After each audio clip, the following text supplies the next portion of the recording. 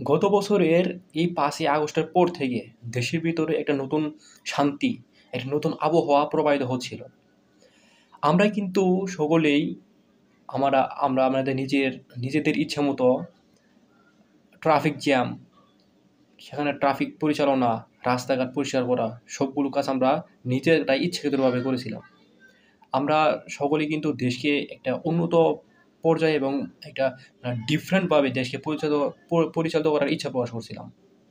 কিন্তু বর্তমানে যেই পরিস্থিতিটা দেখা যাচ্ছে দেশের ভিতরে, সেই পরিস্থিতি থেকে একটা বিষয় উপলব্ধি হচ্ছে যে আগের অবস্থা যেমন ছিল আর এখনের অবস্থা ঠিক একই আছে।